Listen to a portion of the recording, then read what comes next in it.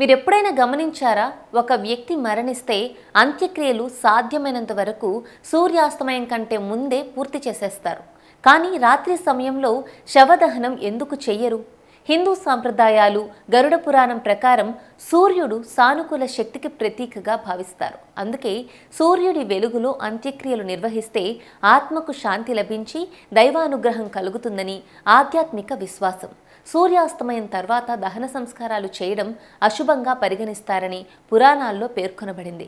మరికొందరి నమ్మకం ప్రకారం రాత్రి వేళల్లో ప్రతికూల శక్తుల ప్రభావం ఎక్కువగా ఉంటుందని, అందువల్ల అంత్యక్రియలను పగటిపూట నిర్వహించడం మంచిదని చెబుతారు. అయితే దీనికి ఒక శాస్త్రీయ కారణం కూడా ఉంది. పూర్వకాలంలో విద్యుత్ సౌకర్యాలు లేకపోవడం, శ్మశానాలు గ్రామాలకు దూరంగా ఉండటం వల్ల రాత్రి సమయంలో అంత్యక్రియలు నిర్వహించడం ప్రమాదకరంగా ఉండేది.